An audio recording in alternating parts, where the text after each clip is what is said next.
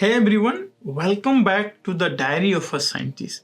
This is the podcast where we discuss neuroscience, how our brain work, how they connect to the rest of our body, and how all of that shape the way we see the world, act, and feel. I am Dr. Shambhu Yadav, a neuroscientist and a stress biologist at Harvard, and I do this in my spare time, which is separate from my regular Harvard job. And I am obsessed with taking the latest brain research stuff from stress biology, neurobiology, and cognitive neuroscience and turning it into practical tips you can use to boost your happiness, your health, your learning, and just life in general. Today, in bite-sized episode, we are tackling two big topics: depression and OCD. So, let's start with depression.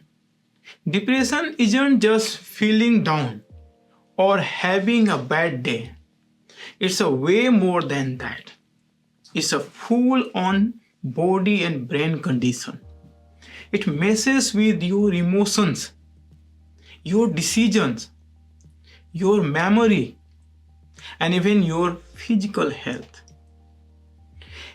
When someone depressed, their brain doesn't just feel different. It looks different from the inside.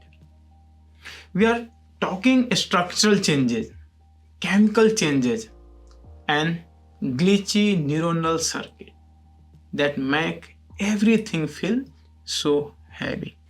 So let's break it down.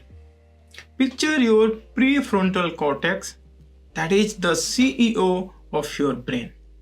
It handles decision making, problem solving, and keep your emotions in check.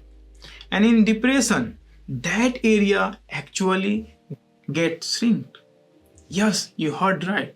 It shrinks. MRIs can show less gray matter in what called dorsolateral prefrontal cortex and fewer connection, lesser activity. It's no wonder making decision feels like climbing a mountain or why motivation just vanishes. Then there is the amygdala. This is little almond-shaped spot deep in your brain. It's your emotional alarm system. Normally it's help you process fear or stress, but in depression it goes non-functional. It's a hyperactive, freaking out over the tiniest things. A small rejection or neutral comments, even a slightly sad picture. It's like the amygdala yelling, danger, danger, danger, all the time. And research back this up, like the people with depression have this over the top amygdala response to negativity. Their brain wired to zoom in on the bad stuff. And now the hippocampus, your memory and learning hub. And here is the wild part, like the depression can shrink it too. Studies say the chronic depression can cut its size by 10 to 20%. Why? Blame your stress hormone like cortisol. A little cortisol fine for fight or flight, but too much, it's toxic. It damages neuron in the hippocampus and making it harder to remember things or keep your emotion steady. And that's why focus and memory take such a hit when you are depressed. And then, my friend, don't forget the anterior cingulate cortex, or also called ACC in short. It's like the feeling and your logical side, help with mood, focus, and even feeling rewarded. And in depression, it's sluggish. When it's not firing right, negative thoughts just loop over and over. You know that the spiral of self-criticism, right? Or regret. That's the ACC dropping the ball. And then there is a reward system, the nucleus accumbens and the ventral stratums. These are your brain happy places, lighting up for the good food, friend, or a win. But in depression, they go for silent mode. The dopamine, that feel good chemical, doesn't flow like it should. And that's why the stuff you used to love, like a music or hobbies, feel blah. It's called indonia. And it's the brutal because your brain stops looking forward to anything having fun. So what is driving all of this? The chemicals called neurotransmitters. Neurotransmitters are a huge piece of puzzle. You have probably heard of serotonin, happiness chemical. But depression isn't just a serotonin shortage. That's old news. It's a messier than that. And dopamine is low, so you have got no drive. Epinephrine off, leaving you tired and foggy. It's a whole network out of whack, not just one chemical. And there is also glutamate and GABA. So glutamate gets neuron fired up and GABA calms them down. And in depression, that balance is thrown off. And too much glutamate can overstimulate things to the point of damage. And too little GABA means your brain can't chill out, anxiety and numbness all at once. And then inflammation is also a big player here. Your brain and the immune system, they're totally linked with that. People with depression often have a higher level of stuff like CRP and IL-6, isoleucine 6, which are the marker for inflammation. And that can mess with your neuron, scoop with your neurotransmitters, and even zap your brain's ability to adapt. But some antidepressant medicine actually fight inflammation, which is wild to think about. And then the gut-brain connection, mind-blowing stuff. The bacteria in your gut talk to your brain, and that is through the vagus nerve, which is somewhere here. If your gut off, you can say, from the stress or the bad diet, it can spark inflammation and throw off your mood. And some studies say the probiotic or better eating could be helpful to recover from such inflammation. It's like your gut a sacred weapon against the depression. So functionally, the depressions rewire things to the default mode network, your brain daydreaming mode, and that goes into the overdrive. And that's why the people get stuck obsessing over the past or worrying about the future instead of living in present or in now. So guys, the depression is not simple. It's not just a think happy thought or the serotonin fix. It's a full body deal. Brain, immune system, gut, stress, all of that. But the brain can heal this. You must heard about the neuroplasticity. Neuroplasticity means it can rewire itself. And the exercise, therapy, medicine, mindfulness, they all help build new path. And depression is a fight, but science is handling us better tools every day. So the exercise and the mindfulness meditations are the best option to fight back from the depression. I know it is hard to do as motivation to do these things also mess up, but start small, 5 to 10 minutes, and then level up to an hour. All right. Let's switch the gear to OCD, obsessive compulsive disorder. People toss OCD around like, oh, it's just a being picky. Oh, I am so OCD about my desk. No, OCD a whole different beast. It's a neurological condition that grabs your brain and won't let go, and trapping you in the obsessive thoughts and compulsive action. And the science, it's fascinating. Here is what is happening. The orbitofrontal cortex is in overdrive. And that's the part, the flag when something off. Like, oops, made a mistake.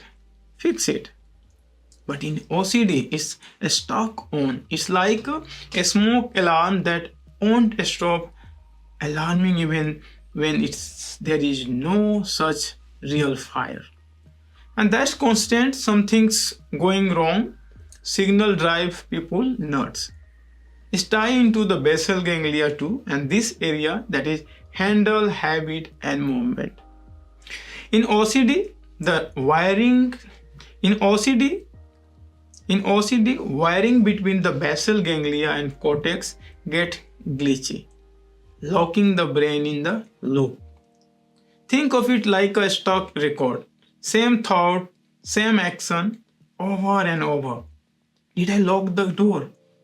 You check, feel better for a few seconds, and then it's come back. That's OCD in the action. So the glutamate is another key player here. It's the brain go signal. And in OCD, there is too much of it in this cortico-stereo-thalamo-cortical loop. It's quite complex word. And that is the fancy name, right? It's to connect the cortex, basal ganglia, and thalamus. And too much go means those thought and behavior won't quit. And the serotonin is in the mix too, like SSRI, which is the medicine for the antidepressant. Those serotonin boosting medications help a lot to the people with the OCD, but you need higher dose than for the depression, and it's take longer to kick in or cure. So the scientists think it's less about the mood and more about taming those hyperactive circuits. And then the dopamine is also involved here, the reward chemical. In OCD, the street terms extra sensitive to it. Every time you do a compulsions like washing your hand, you get a tiny hit of relief and your brain goes, yes, do that again. It's like a mini addiction cycle. A 2022 study in Nature Communication used this crazy detailed imaging and found the white matter pathway in OCD. OCD brains are physically different. It's not just the chemical, it's the wiring. And that's the opening door to the new idea beyond the pills. Like deep brain stimulation, that is a DBS. They stick electrode in your brain to calm those wild circuits. For the OCD cases, it's a game changer. Some people feel relief right away, others improve over time. And the FDA is on the board, but we are still figuring out the details. And TMS is another cool one, the magnetic pulses, no surgery. A 2023 study zapped the supplementary motor area tied to habits and saw compulsive drop. It's a precise targeting just the right spot. So the inflammation might be the part of it too, like 2021 study found more microglia activation, that is the brain inflammations in the OCD people. That could be linked to the stuff like the PANDS, where the infection trigger the OCD in kids. If inflammations a factor, maybe the anti-inflammatory treatment or diet tweak that could help. Now the gut's popping up against too. Early research hints that the gut bacteria imbalance might play a role. And the probiotics could be a future move. Who knew your stomach could mess up with your head like that? OCD tricking because it's a not one side fit all. Some people have mild quirk, other can't function because they are stuck in ritual for hours. And that's why the treatment need to get personal, precision medicine, and that is the goal. For now, the cognitive behavioral therapy, especially exposure and response prevention or ERP, is a chain. You face your fears, skip the compulsion, and over time your brain learns it's okay. A study shows it actually rewires things, calm the orbitofrontal cortex, boost control area, and that therapy is the powerful stuff. But we have still got questions. Why does OCD hit kids or teenagers so often? Why contamination fear for some, symmetry for the others?